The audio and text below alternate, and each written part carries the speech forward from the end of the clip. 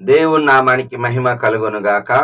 క్రీస్తునందు ప్రియమైన దేవుని బిడ్లారా, ఈ దినము మార్చ్ 19వ తేదీ లేఖన భాగము లూకా సువార్త 1వ అధ్యాయము 24 నుంచి 56 వచనాలలో దేవుని యొక్క వాగ్దానము 25వ వచనము, ప్రభువు నన్ను కటాక్షించెను. అవును, ఎలిజబెత్ చెప్తుంది, నాకున్న అవమానమును ప్రభు తొలగించి నన్ను కటాక్షించాడు. కటాక్షించును అంటే కనికరించాడు, దయ చూపించాడు. బాగా గమనించండి. ఎన్నో దినాలుగా ఉన్న అవమానము ఎలిజబెత్ గారికి మరి ఆ దినమున తనలో ఉన్న ఆ యొక్క నింద అవమానాన్ని దేవుడు తొలగించి కటాక్షించాడు. అలాగనే ప్రభువు మనము దిగులుతో వేదనతో ఉన్నప్పుడు కటాక్షించే దేవుడుగా ఉన్నాడు. గిద్యోను తన పొలములోనే ధాన్యమును గానుగు చాటున మరి దులకొట్టుకుంటుంటే, అంటే కంకులు లాగా చేసుకుంటుంటున్న సమయంలో మరి ఎందుకు అలా చేస్తున్నాడు అంటే మిద్యానులకు భయపడి. ప్రభు దూత అంటే యేసు ప్రభువారే కనపడి, నువ్వు బలాఢ్యుడివి, నువ్వు మిద్యానులు తరుముతావు అంటే, ప్రభా ఆనాడు మాకు ఐగుప్తులో చేసిన అద్భుతాలు ఆశ్చర్యకరాలు ఏమైనా, మాకెందుకు ఇలాంటి పరిస్థితి?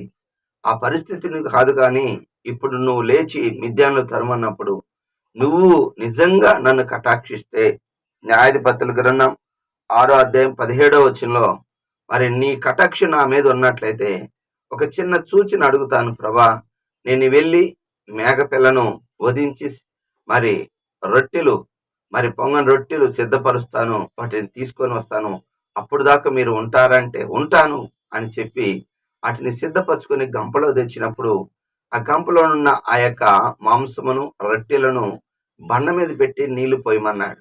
పోసిన తర్వాత మరి ప్రభు దూత, యెహోవా దూత కర్రతో కొన అంటించినప్పుడు రాతిలో నుంచి అగ్ని బయలుదేరి మరి ఆ యొక్క భక్ష్యములను కాల్చివేసెను.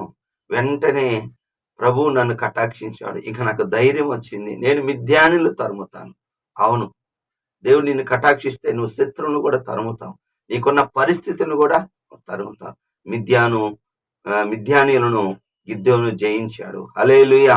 ఈ దినము నిన్ను దేవుడు కటాక్షించటం అంటే ఏది అవమానం ఉందో, ఏది శత్రుతత్వం ఉందో దాంట్లో నుంచి దేవుడు విడుదలిస్తాడు. ఒప్పుకోవలసిన పాపాన్ని చూసినట్లయితే గర్విష్ఠులను చెదరగొడతాడు. 51వ వచనం, గర్విష్ఠులను ఈ గర్వం అనేది ఎక్కడి నుంచి వచ్చింది అంటే యెహెజ్కేలు గ్రంథం 28వ అధ్యాయము 17వ వచనములో మరి ప్రధాన దూత లూసిఫర్ అనగా, బాగా గమనించండి, అభిషేకించబడిన కెరూబు తన సౌందర్యమును చూసుకొని గర్వించిన వాడై తన జ్ఞానమును వేసుకున్నాడు. ఈరోజు దేవుడు అనేక మందికి అనేక రకాలుగా ఇస్తాడు. అది పైకి హెచ్చించబడిన తర్వాత తన సౌందర్యమును చూసుకొని, తన జ్ఞానమును చూసుకొని, నేను దేవుని సింహాసనమునకు ఎక్కిపోదని అనుకొని నేలలో పడిపోయాడు. చాలా మంది రాజులు కూడా అండి, నెబుకద్నెజరు నేను కట్టుకున్న ఈ బబులోను అన్నాడు, మరి 7 సంవత్సరములు ఎడ్డి తినిపించాడు. గర్విష్ఠులను తొలగించి దీనులకు ఆయన మరి పదవులు ఇస్తాడు. బాగా గమనించండి, దీనుల్ని అంటే పేదవాళ్ళని మరి మంచి పదార్థాలు పూజిస్తారు. చాలా మంది ధనవంతులు తమ కొరకై ఉంటారు, పేదవాళ్ళ యొక్క కడుపు పడతారు, కానీ దేవుడు కడుపు నింపుతాడు వాళ్ళని. హల్లెలూయా. కాబట్టి గర్వము నాశనానికి ముందు గర్వం నడుచును. కాబట్టి సాతాను కూడా పడిపోక ముందు గర్వం వచ్చింది. ఆ గర్వాన్ని తొలగించుకొని మనము తగ్గించుకుందాం. గర్వపడకూడదు. గర్వం మన నాశనానికి నడుపుతుంది. చివరిగా ఆజ్ఞ మనం చూసినట్లయితే 38వ వచనం, నీ మాట చొప్పున నాకు జరుగును గాక, నేను ప్రభు దాసురాను.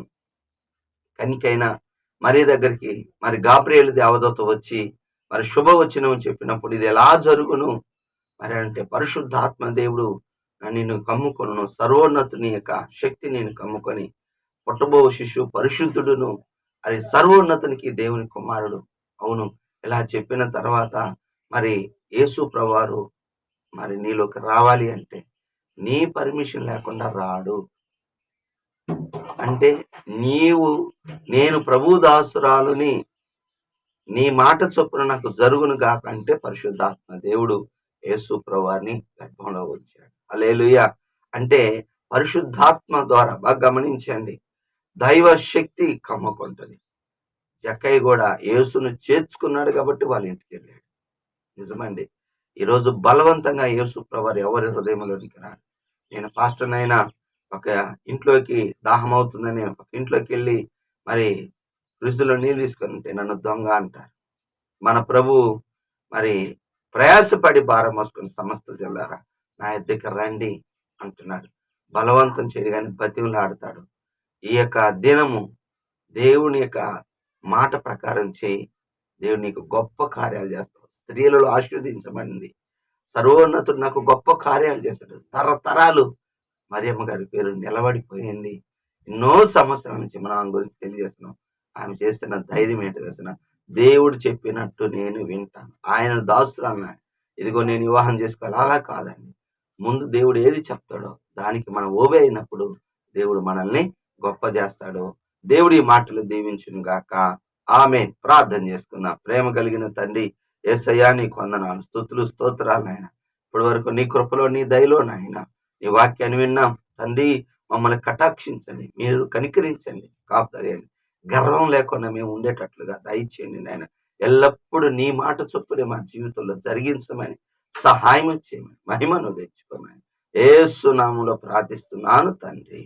ఆమేన్. హల్లెలూయా. తండ్రి యొక్క ప్రేమ, కుమారుని యొక్క కృప, పరిశుద్ధాత్మ యొక్క అన్యోన్య సహవాసం సదాకాలం మనందరికి తోడుగా ఉండును గాక. ఆమేన్. హల్లెలూయా.